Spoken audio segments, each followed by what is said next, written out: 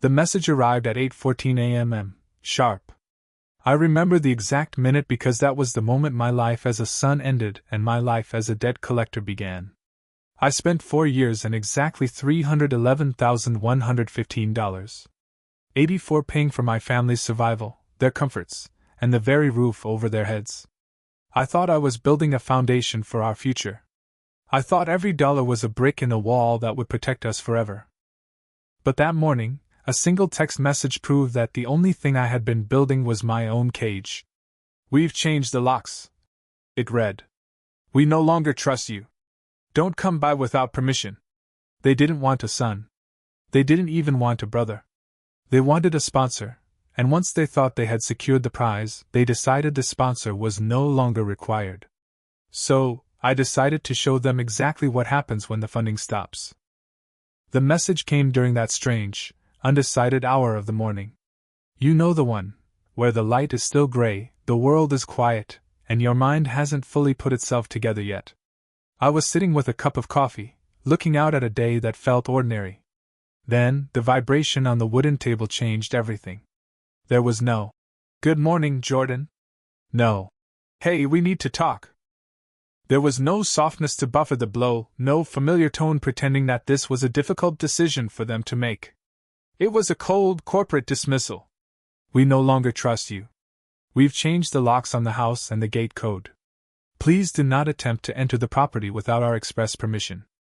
I didn't reread it because I was confused. I reread it because my body needed time to catch up with the reality. It wasn't shock that kept me still. It wasn't even anger yet. It was the crushing, silent realization that this message wasn't the start of a conflict. It was the final line of a script that had been written behind my back for months, maybe years. They had rehearsed this. They had waited for the right moment to perform. I didn't call my mother. I didn't text my sister, Marissa, to ask what I had done wrong. I knew that in their minds I was already convicted of a crime I didn't commit. And I knew that explanations only carry weight when the person on the other side is still willing to listen. They had stopped listening a long time ago. They were only looking at the balance sheet. I typed a single word. Understood. I hit send, and then I did the only thing that felt logical. I opened my banking app. For 48 consecutive months, a transfer of $1,800 had left my account like clockwork. It was an automatic debit, as regular as a heartbeat. But it wasn't just the mortgage. I began scrolling through my history, deeper and deeper. The $400 for the emergency plumbing repair in March. The $1,200 for the new water heater in June. The $3,000 I sent Marissa when she said her kids wouldn't have a Christmas if I didn't step in. I sat there in the silence of my own apartment, an apartment I lived in so they could stay in a 5-bedroom house, and I hit the cancel button on the standing order. Transfer cancelled. The confirmation screen was blue and indifferent. It didn't know it had just declared war. I didn't feel a surge of power. I just felt a strange, hollow stillness. Like setting down a heavy trunk after a 10-mile hike and realizing your hands are still shaking from the weight, even though they are empty now. To understand why I would pay over $300,000 for a house that didn't have my name on the deed, you have to understand the family I grew up in. I was the reliable one. In every family, there's a role for everyone. Marissa was the dreamer, the one who was always one lucky break away from success, but somehow always ended up in debt.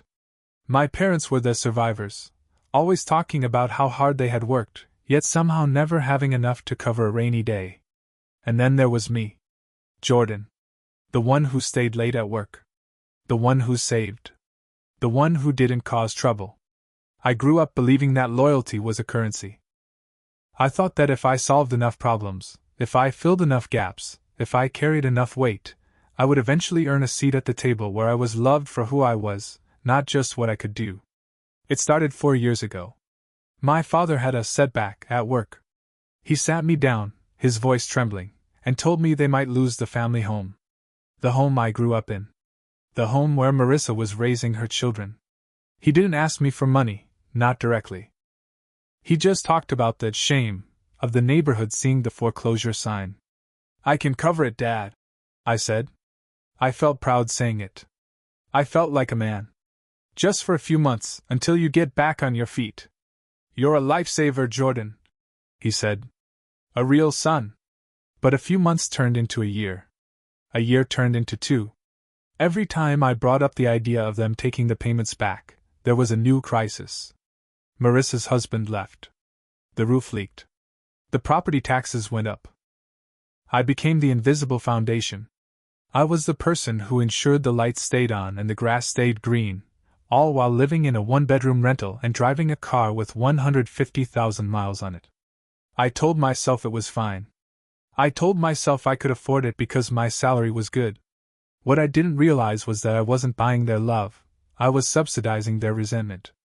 The illusion started to shatter on a Sunday afternoon. I was standing in line at a grocery store, buying a frozen dinner, when I pulled out my phone and saw a notification from Facebook. It was a photo posted by my mother. The setting was the front porch of the house. My house, or so I felt. The sun was setting beautifully behind them. My mother, Diane, was in the center. My father had his arm around Marissa. Her 2 kids were at their feet. They were all holding a hand-painted wooden sign that said, "Home Sweet Home. Our Legacy." I zoomed in on the caption. My mother had written, "So incredibly proud of our daughter, Marissa. After everything, she has worked so hard to secure a future for her children and for us. This home is finally in the right hands. A legacy built on love and strength. We are finally home." I read it 3 times. I looked for a tag. I looked for a "Thank you, Jordan, for making this possible." I looked for even a tiny mention of the person who had actually paid the bank every single month for 4 years. Nothing. The comment section was worse. My Aunt Karen wrote, "Marissa, you are such a strong woman.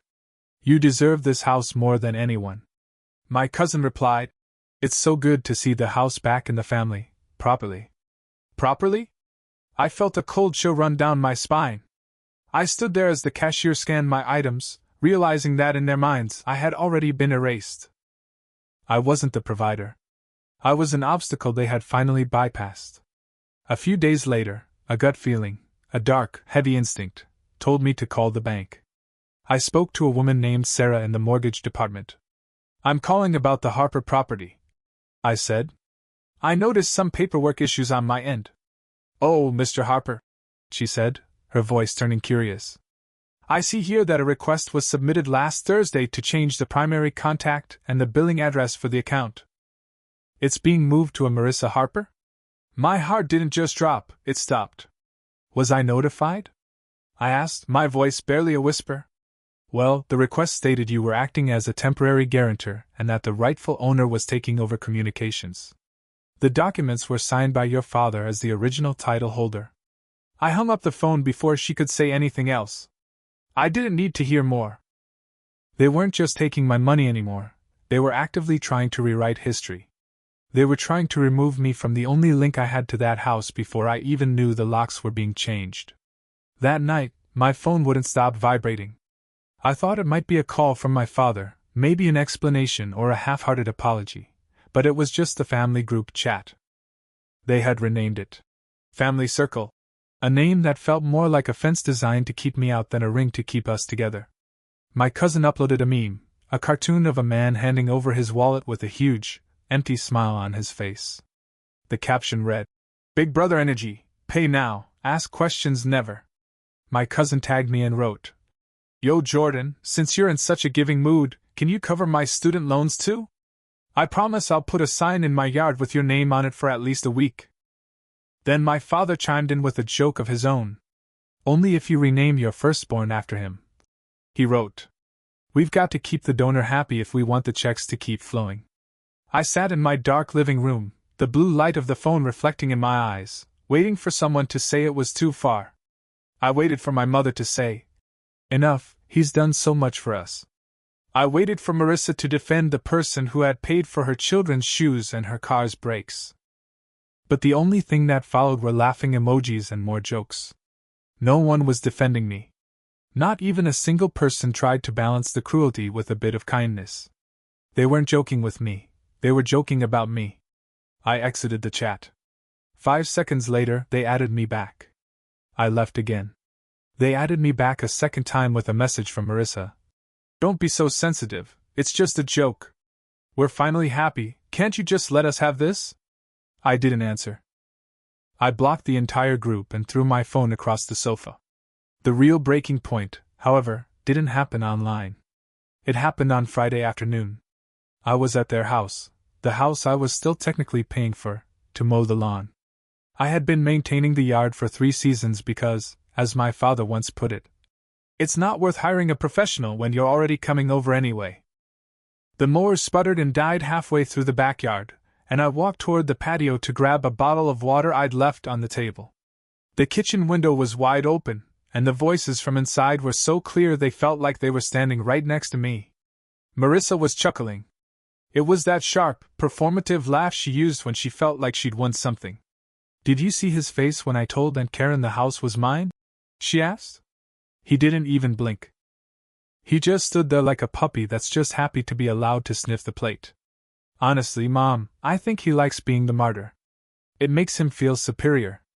My mother's voice followed, softer but just as cold. It's almost done, honey. Once the final paperwork is processed at the bank, he won't be able to say a thing. He's the one who insisted on keeping the mortgage in his name for the tax benefits. That's on him. He made it too easy for us. Then Marissa said the sentence that officially ended my life as their son. Let's be real, Mom. He's not really family anymore. He hasn't been for years. He's just a sponsor. A pocketbook with a pulse. As long as the money is there, we'll keep him around, but don't act like we owe him a seat at the table once the bill is paid. I didn't move. I stood there with the plastic water bottle trembling in my hand, watching the water drip onto the grass I had just cut for free. I felt a strange sensation in my chest, not the heat of rage, but the absolute zero of clarity. The illusion hadn't just cracked, it had disintegrated.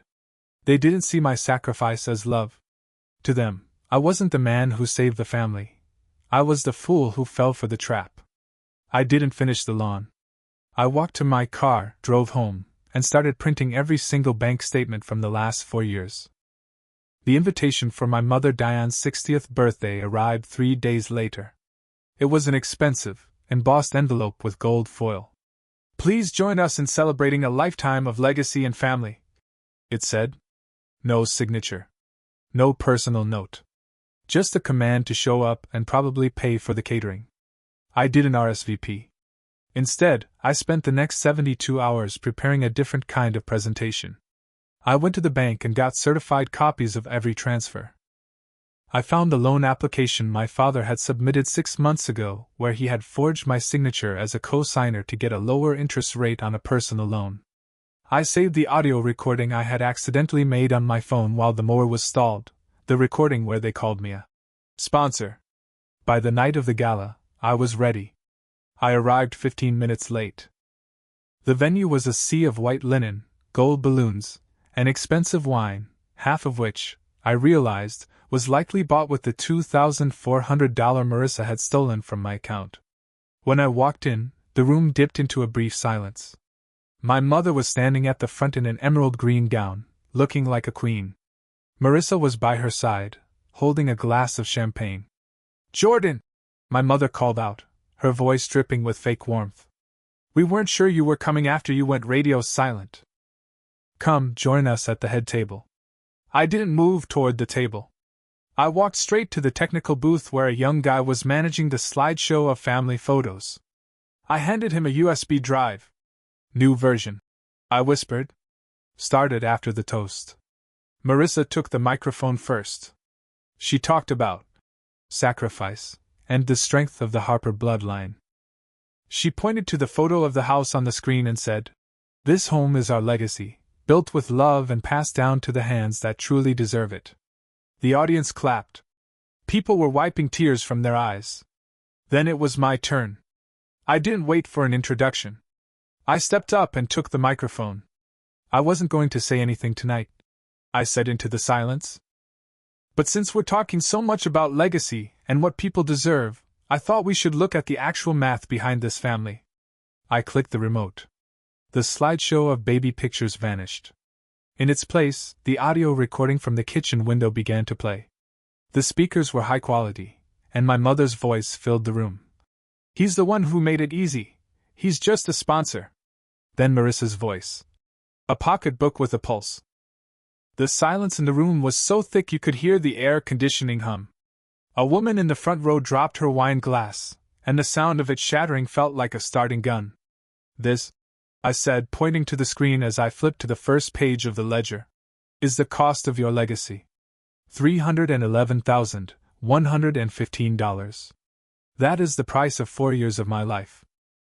That is the price of every repair, every mortgage payment, and every emergency Marissa couldn't handle.